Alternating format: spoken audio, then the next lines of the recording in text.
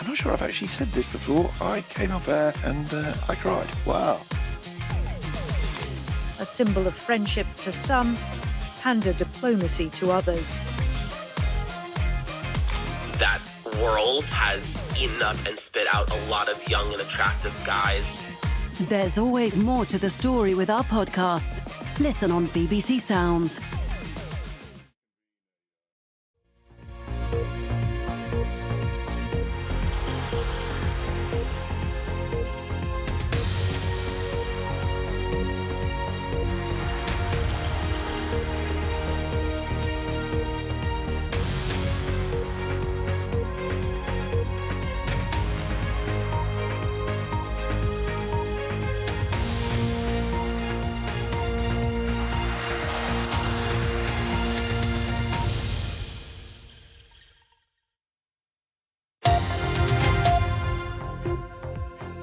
Hello, I'm Lewis Vaughan Jones. You're watching The Context on BBC News. In favour 143, against 9, abstentions 25. Draft resolution is adopted. With sick and twisted irony, the very body established to prevent evil is now welcoming a terror state into its ranks. A yes vote is a vote for Palestinian existence. It is not against any state. This is largely symbolic. The General Assembly does not have the power to confer full membership on new states. That power belongs only to the Security Council.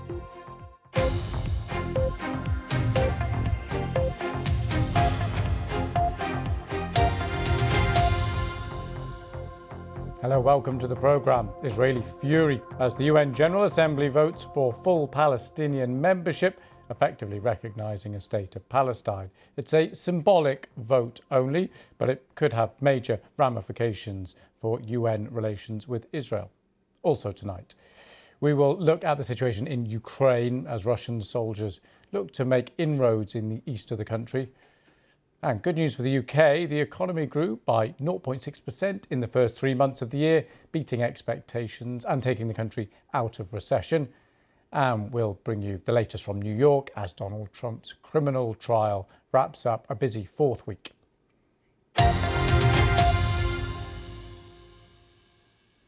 We're going to start with that United Nations General Assembly vote backing a Palestinian bid to become a full member of the UN in a move that would enhance its status at the organisation and effectively recognise a Palestinian state. Here's the moment the resolution went through. The result of the vote is as follows. In favour 143, against 9, abstentions 25. Draft resolution A/ES10/L30/Rev1 is adopted.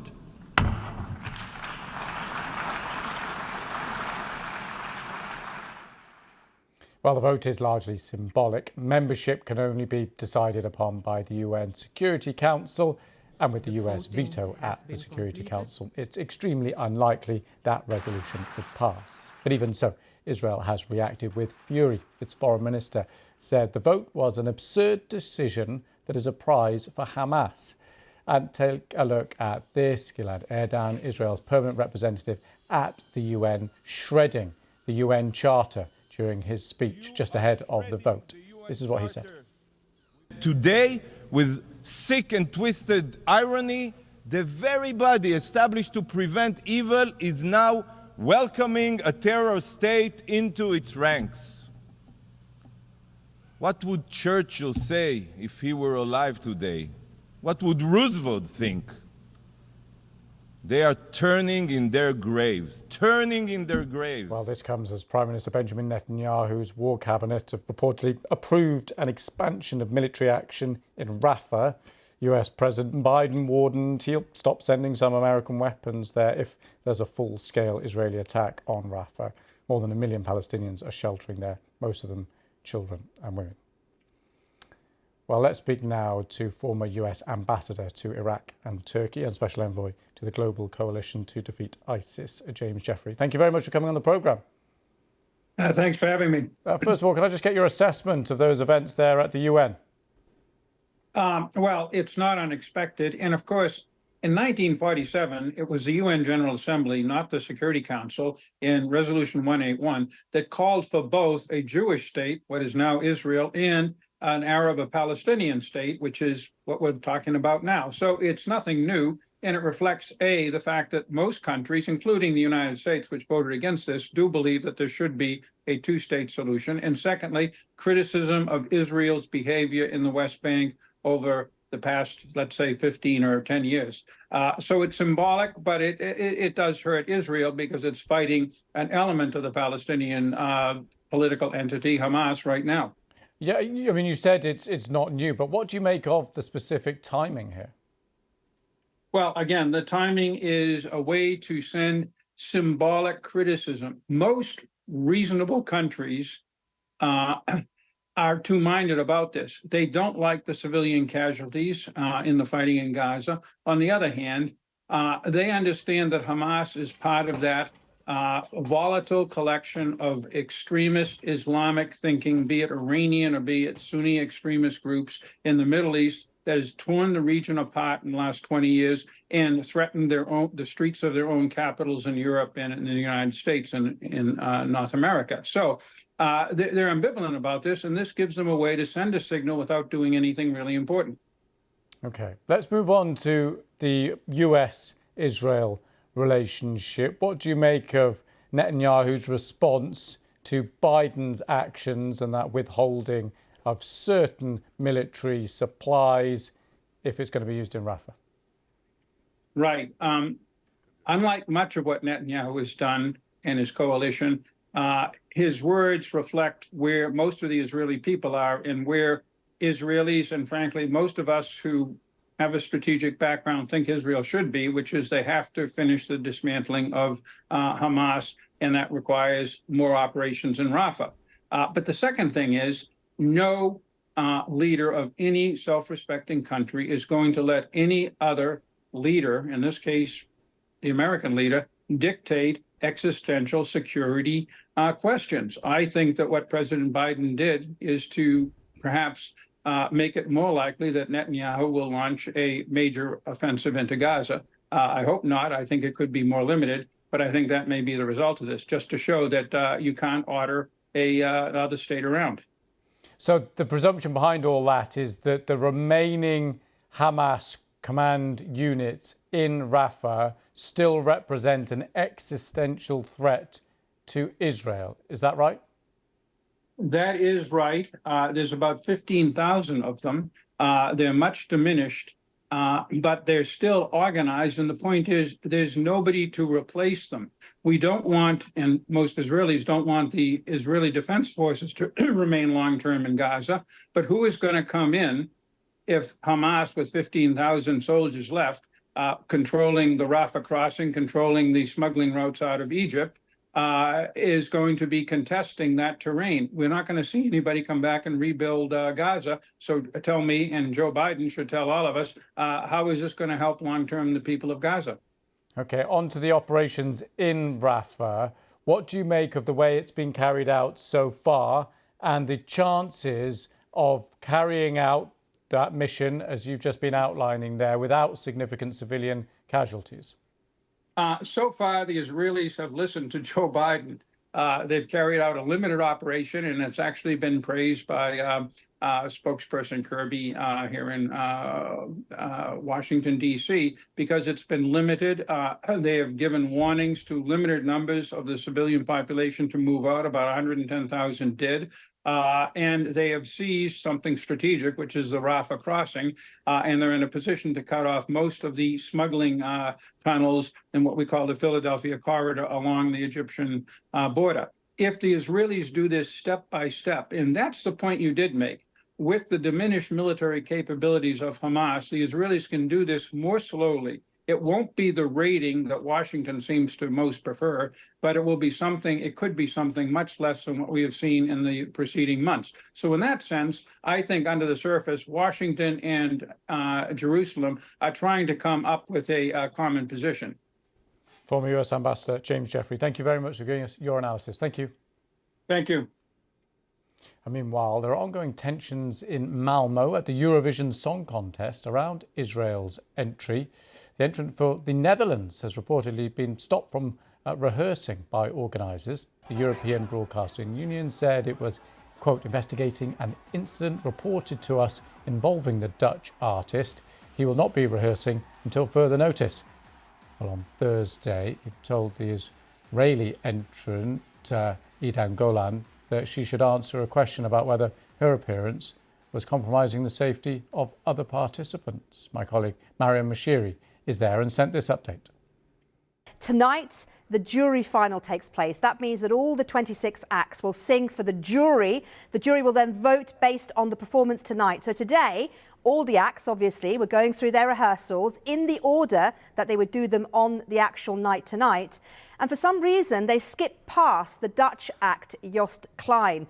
There was no indication given as to why this happened. There was no indication from the EBU other than the fact they said there was an incident that involved the Dutch act. And they decided at that point to not allow the Dutch act to continue to do the rehearsal. The props for his show were on stage when that decision was taken. So that's why there was a huge amount of confusion.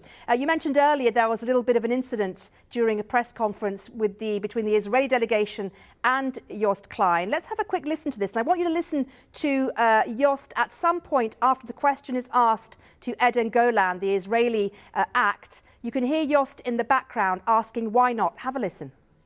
Have you ever felt that by being here, you bring risk and danger for other participants and public? You don't have to answer that question if you don't want to. Why not? If you want to answer, okay. Please. I think we're all here for one reason and one reason only, and the EBU is taking all safety precautions to make this a safe and a united place for everyone. And so I think it's safe for everyone. So the politics there of Eurovision, the final tomorrow. We will keep across that for you. Now, around the world and across the UK, this is BBC News.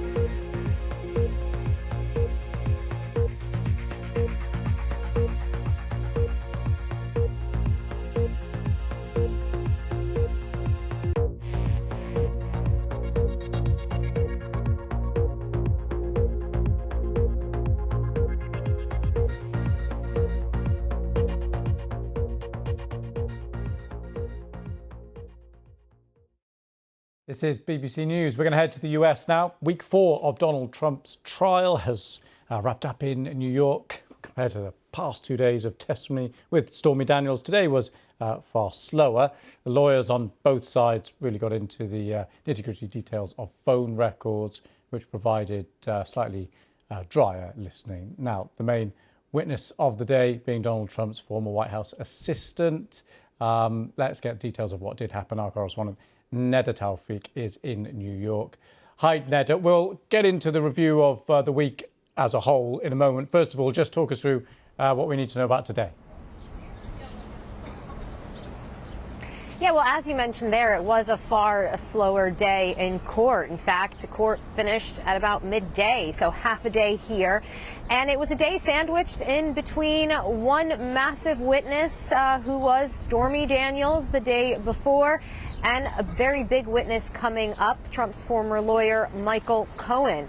And so today, as you say, just kind of going over phone records, which will be important to this case because, you know, Donald Trump, it's been established even before this trial and then during testimony through several witnesses that he didn't use email or text messages or even a computer.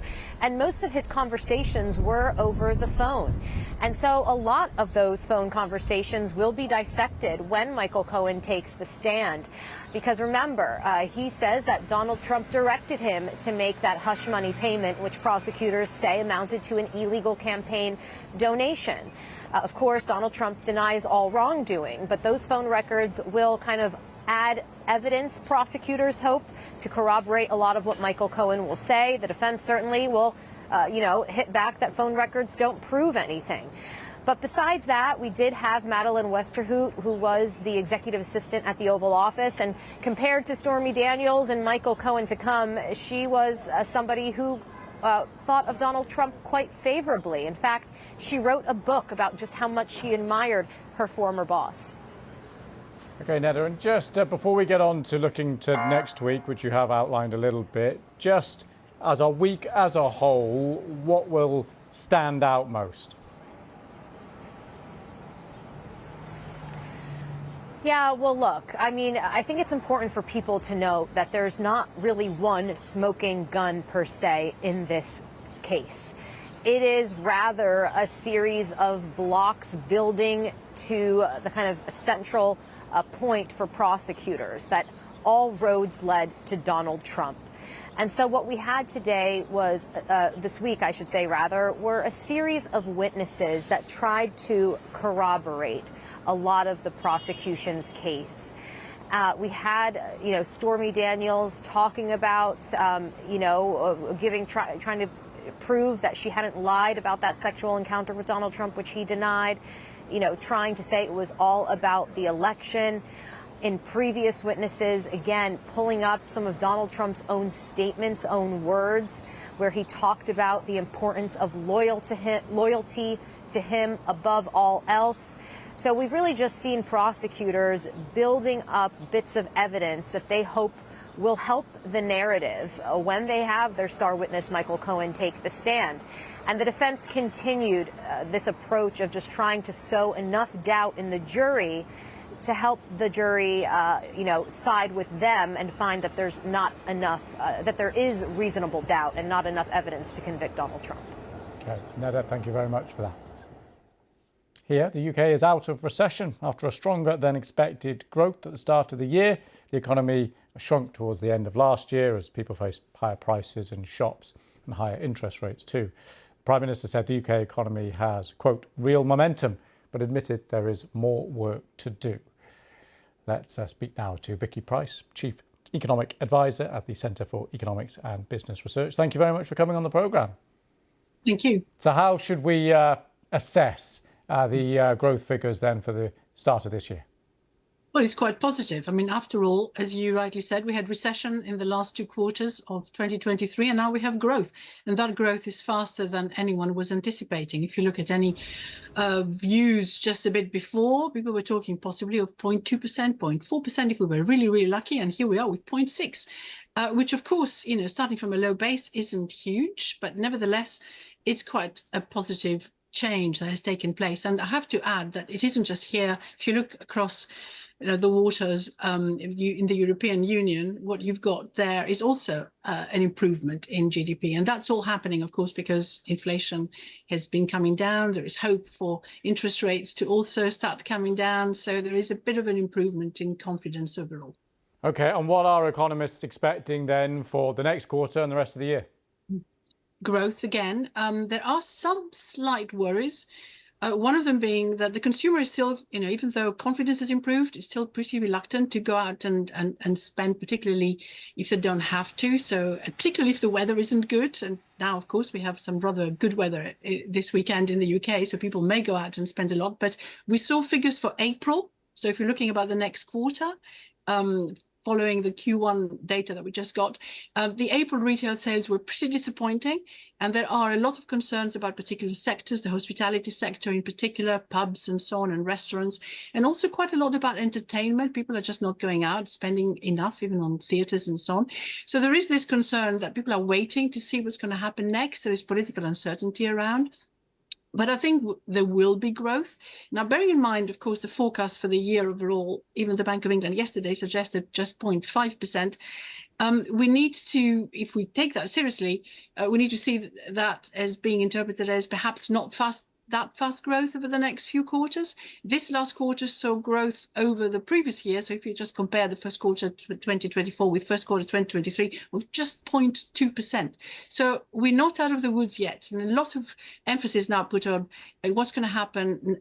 Will there be an extra giveaway fiscal event, maybe until, just before the elections, so we may get a little bit more of a boost. Will interest rates fall significantly? That will also give people a lot of a boost, and maybe people will feel happier about going out and spending. We're not seeing investment though recovering, and I think that's why the forecasts generally are for quite slow growth in 2024. I see. Vicky Price, thank you very much for talking us through it. Thank you.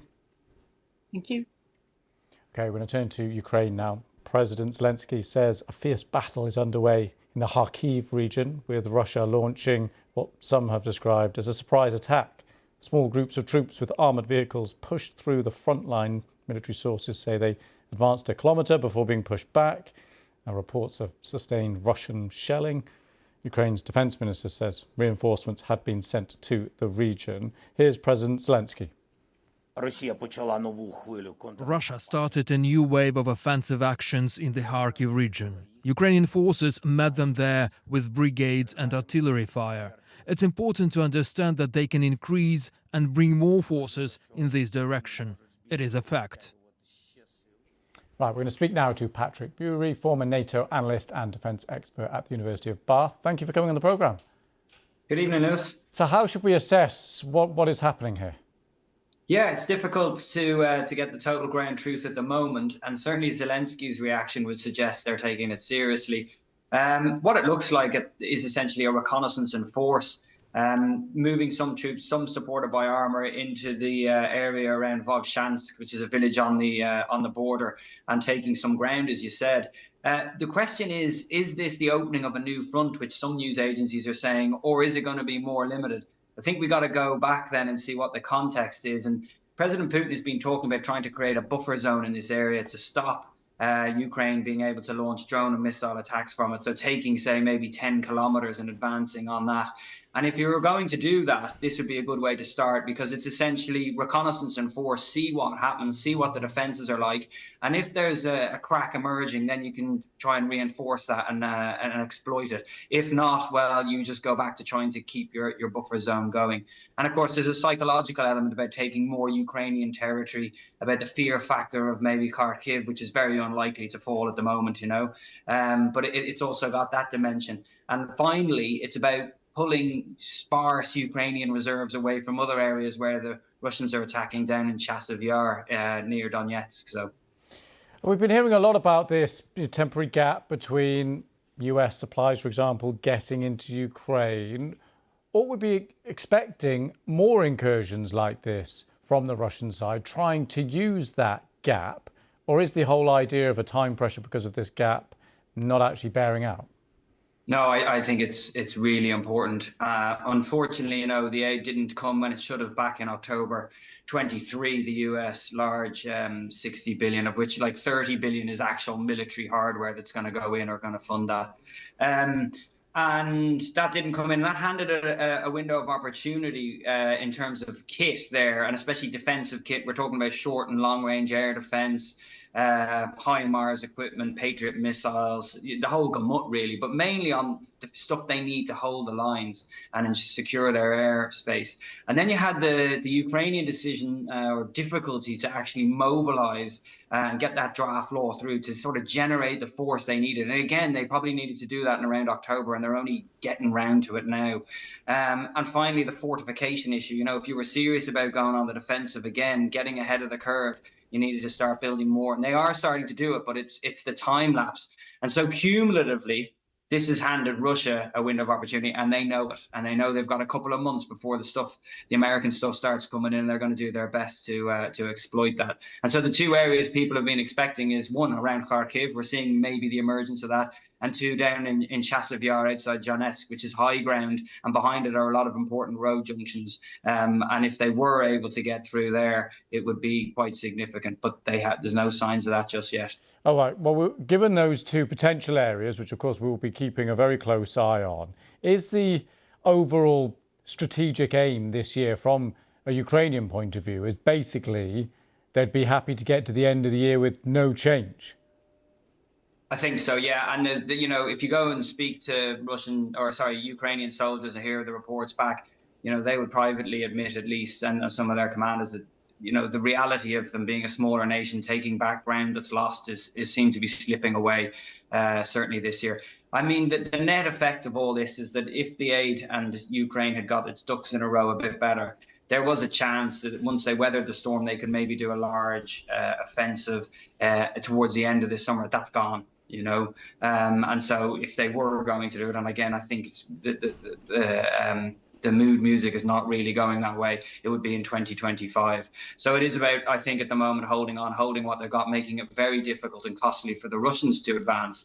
And if they can do that, well, then that sets the conditions for hopefully some sort of emergence of a negotiation. But we'll have to wait and see. That's on the Ukrainians ultimately. Okay, fascinating. Thank you very much for talking us through it, Patrick. We really appreciate your analysis, as always. Thanks for coming on the programme. Thank you. Cheers. Right, I will be back in just a couple of minutes' time with all the headlines. Just before I go, I just want to take you to these live pictures over in the Middle East, because we are keeping an eye on events there, given the latest events in New York at the United Nations, that UN General Assembly vote, their symbolic vote enhancing the case for Palestinian statehood, not in and of itself that vote bestowing that, but seen as a support for that principle. We'll be getting plenty more reaction coming up. Stay with us. I'm Lewis Vaughan Jones. This is BBC News.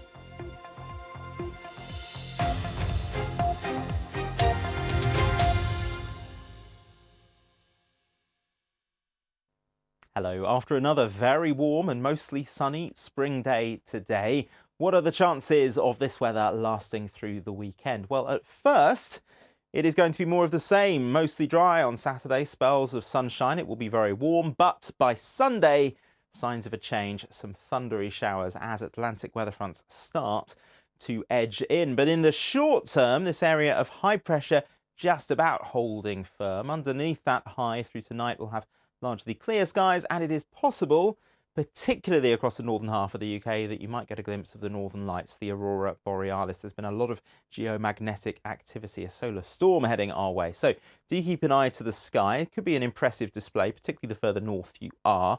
Certainly staying dry with those clear skies, although an area of cloud likely to affect some parts of eastern England. Also some areas of low cloud close to Shetland. Temperatures overnight not dropping far, generally between 7 and 12 degrees. So into tomorrow, fine start, some good spells of sunshine, any early cloud in eastern England burning back towards North Sea coasts.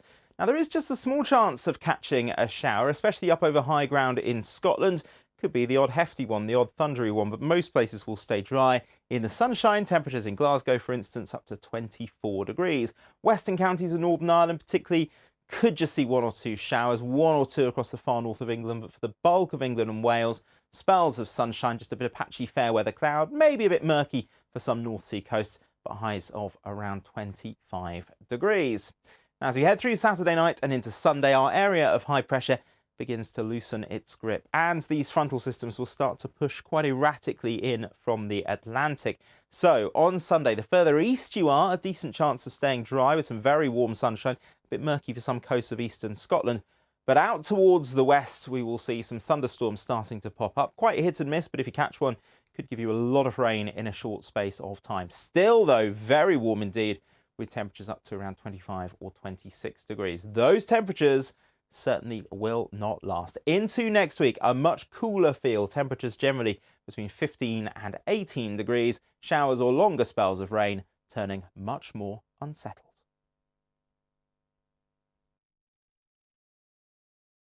For now, it's a defensive position and can only be activated if the militia attack. They are proud of their democracy, but they also fear it's now under threat from China like never before. Every time the government drops tear gas, people disperse, but the farmers come back. When you're this close to the river, which is a front line, so you have to move quickly. There when the story breaks. BBC News. Follow on the app. Some of the UK's biggest crime stories. Brianna wanted to be famous in a really sad way. She is now. Something's happened. I say, where's my brother? There's just silence. As told by those who investigated them. If you've got anything on that's going to hurt me or you. I've seen the footage. It always gets me here. And the effect on their loved ones. He was taken before his time. He didn't deserve to go like this. The big cases. Watch on BBC iPlayer. The world of film is changing faster and faster all the time. Our global Talking Movies team brings you up to date on the latest in movie making from around the world. Stories from other cultures. Interviewing top filmmakers and stars. I didn't think I'd ever seen anything like that on screen. From blockbusters to art house cinema, we'll spotlight the brilliant and unique voices bringing their stories to the big screen. Talking Movies. Watch on BBC iPlayer.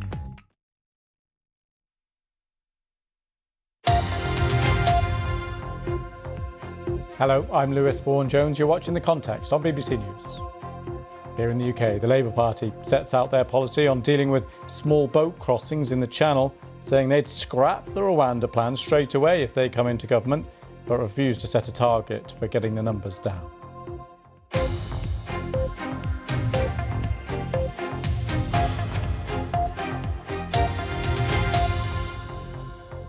Right, let's get the sport. Head to the BBC Sports Centre. Hi, Gavin. Yes, hi there, Lewis. Some big news to bring you from the world of football. Kylian Mbappe has announced that he will leave Paris Saint-Germain at the end of the season. The France captain, widely regarded as one of the best forwards in the game, released a video on social media saying he would always speak when the time comes. It clears the way for a likely move to Real Madrid. PSG lost to Dortmund this week in the Champions League semi-finals. The team faced Toulouse in Ligue 1 at the Parc des Princes on Sunday, which will be Mbappe's final home game. It could be a defining weekend in the English Premier League for teams sweating on survival down at the bottom. Sheffield United are already relegated, so Nottingham Forest, Luton and Burnley are in the spotlight. Forest are 3 points clear of third from bottom Luton, so are favourites to stay up. They would have been safe if their appeal against a 4-point deduction for breaking financial rules was upheld. It's been an eventful season for Forest, with their owner Evangelos Marinakis outspoken in his criticism of referees. It's not fair, and also it's not fair what has happened so far with the referees' decisions that have costed us a lot of points, and this is something that has been repeated and repeated. And what we expect from Premier League and from the referees is to correct these mistakes. But we see that this has been repeated and repeated, and something that we have a great concern. For me, it's not bad to speak about it. I think that for me, speaking about it and have a great appetite to correct it doesn't damage the sport. What damages the sport is these unfair decisions, in my opinion. Well, away from football, James Anderson could be set to bring the curtain down on his record-breaking Englander career this summer, following talks with head coach Brendan McCullum. It's been reported that McCullum recently made a 5-day visit to the UK to meet Anderson and tell him England are looking to build a pace attack for the future. It's not clear if Anderson has played his last test or whether he could get a farewell in the home summer. Anderson is England's leading all-time test wicket taker with 700 dismissals. What England will look to is the likes of Bryden Cast, Matthew Potts, these young bowlers who have had opportunities in the England side, will look to get more opportunities. Next winter, the Ashes in Australia, Bazball down under is the plan. And Jimmy Anderson, by that point, would be 43 years old. And when you look at it like that, understandable that England are looking at the succession plan and want someone who is fitted into that England test side, knows what he's doing, knows the plan, and is ready and raring to go. Our cricket reporter Henry Moran there. Now, Britain's Geraint Thomas has slipped to third in the overall standings at the Giro d'Italia after Stage 7's 40-kilometre time trial, with Tadej Pogacar extending his overall lead. Pogacar finished 17 seconds ahead of Italian time trial specialist Filippo Ganna and 2 minutes in front of Welsh rider Thomas. The Slovenian is now 2 minutes and 36 seconds clear of Colombian rider Daniel Felipe Martinez in the overall standings. And at the Italian Open, the world number 1 Novak Djokovic cruised into the third round, beating France's Corentin Moutet 6-3, 6-1.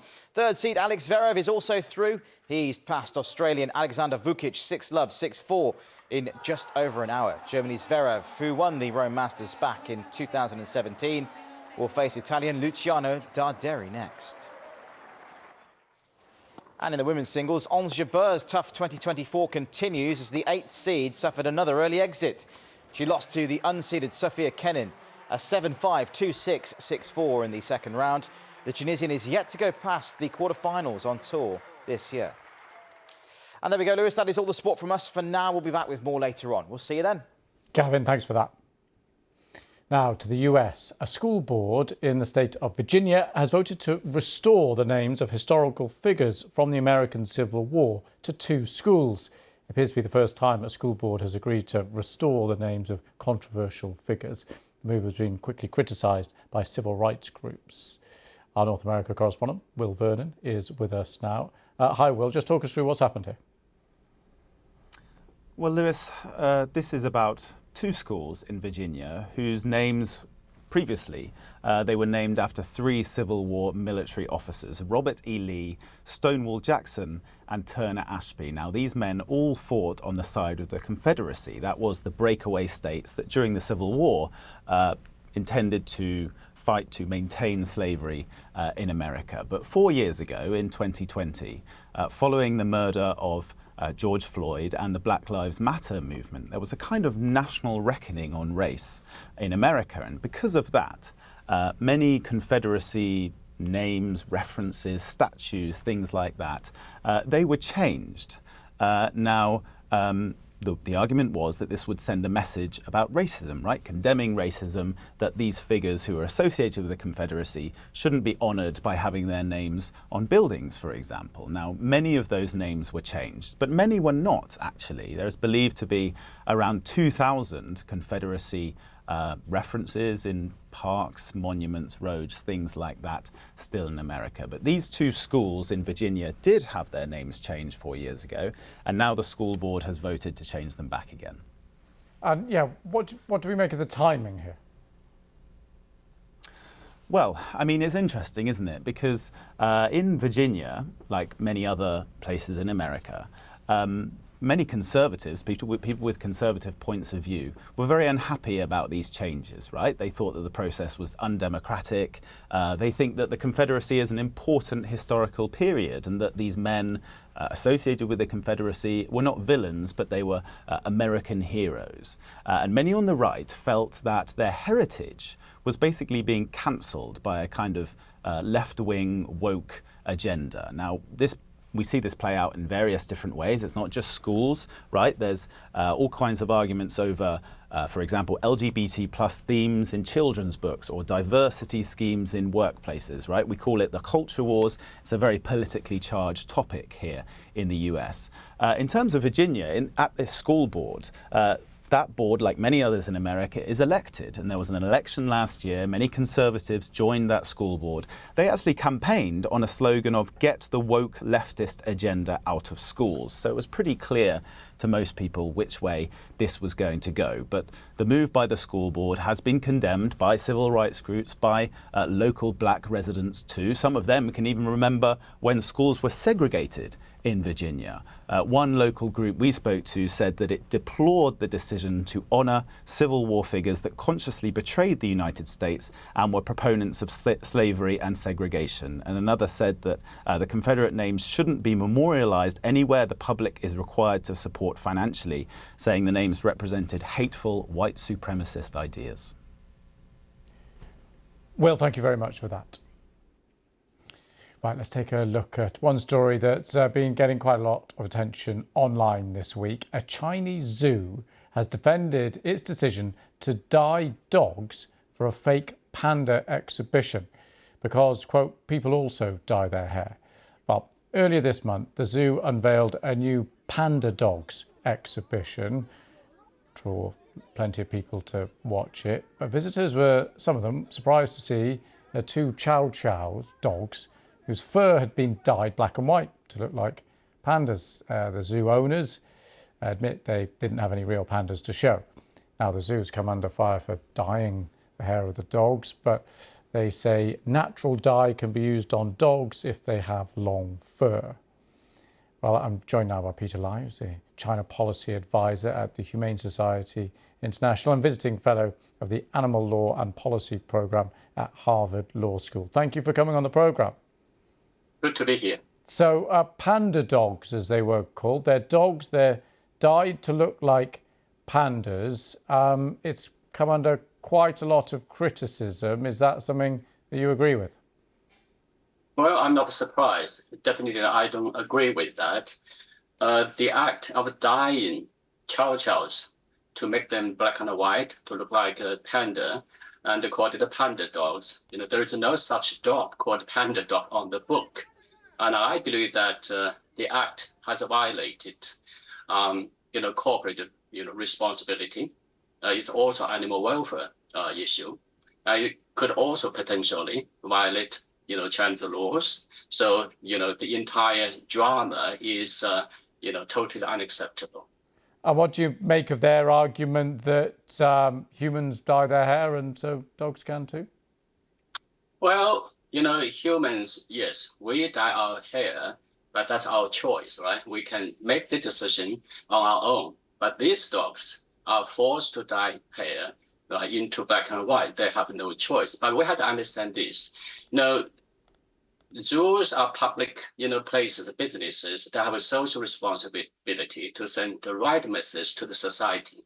Now, by dyeing the dogs to make them look like panda bears, they are sending a wrong message, basically saying that you can do anything to animals and to your dogs. We have read about, some people in China, I would say out of ignorance, not necessarily, sheer malice, that dye the, dogs to make them look like tigers, look like pandas in the past, not knowing that the dye might be toxic.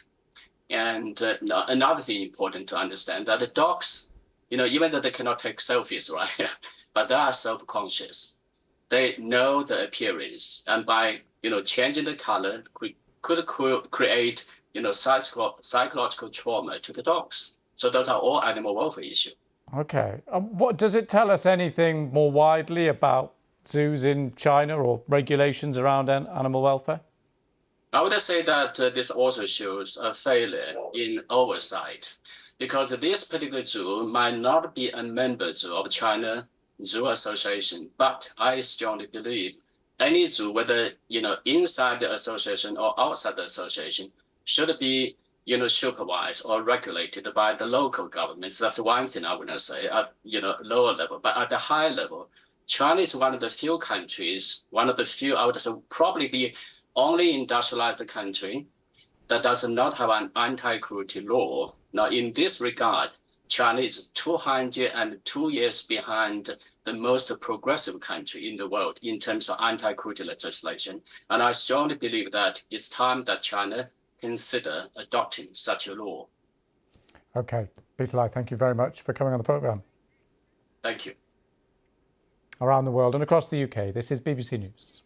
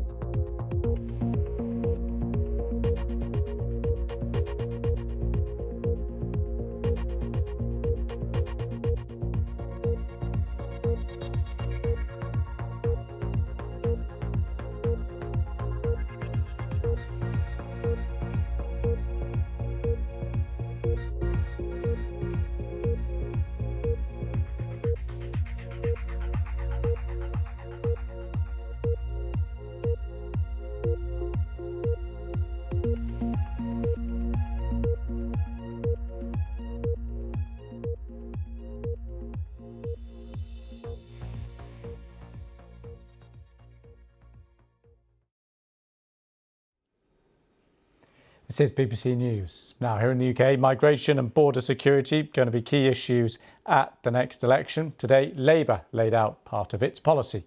Sir Keir Starmer says a Labour government would scrap the Conservative Rwanda policy straight away, but would not bring back migrants who may have already been deported there.